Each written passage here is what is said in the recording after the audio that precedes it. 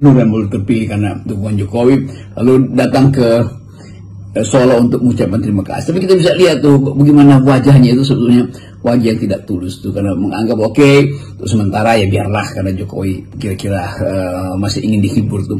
Tapi hiburan itu pasti lambat laun akan berakhir dimakan oleh suasana politik, dimakan oleh realitas ekonomi. Jadi Pak Jokowi harus siap-siap justru untuk secara mengatakan ya saya memang udah selesai.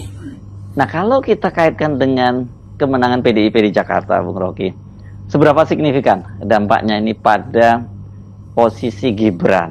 Ya benar, impact dari merenggangnya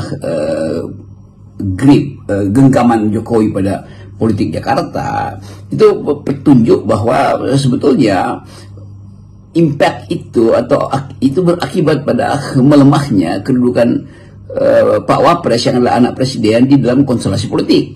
Kan itu satu paket aja kan. Kan Gibran itu diperkuat kedudukannya sebagai skrup oleh obeng yang namanya Jokowi itu. Nah sekarang obengnya patah, itu artinya skrupnya itu tidak bisa dikencangkan lagi. Kira-kira begitu metafornya tuh. Nah saya ingin menerangkan bahwa kondisi wakil presiden akan selalu ada di dalam kecemasan karena tidak punya lagi backup atau backing, yaitu bapaknya sendiri itu. Dan menuju 2009, begitu banyak orang yang melihat peluang. Setiap partai pada akhirnya akan berpikir untuk mengkader dirinya sendiri supaya ada peluang untuk berkompetisi di 2009. Sementara Gibran, ya sebagai wakil presiden, itulah fungsi seremonial aja, tidak punya kapasitas untuk memungkinkan dia beredar secara real di dalam politik. Saya sebut beredar secara real, kayak yang sekarang beredar secara tidak real. Kan beredar hanya dengan membagi-bagi hadiah, mondar-mandir di tempat-tempat yang ada bencana, padahal itu sebetulnya bukan fungsi dia tuh, kan fungsi dia mestinya membantu presiden mengkonsepkan banyak hal, tapi kemampuan itu juga nggak ada. Jadi Gibran atau Pak Wapres ini, Pak Gibran ini sudah juga mengalami fatigue yang sama, political fatigue, kelelahan politik.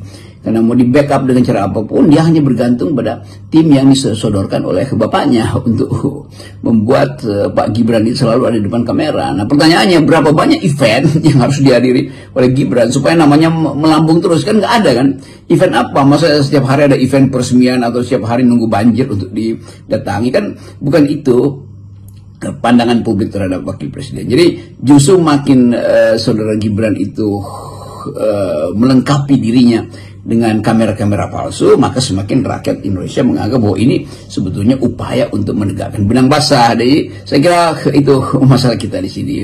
Begitu sang ayah kehilangan genggaman, demikian juga anaknya itu. Jadi skrupnya Gibran itu akhirnya makin longgar karena obeng Jokowi itu patah. Kira-kira begitu metafornya.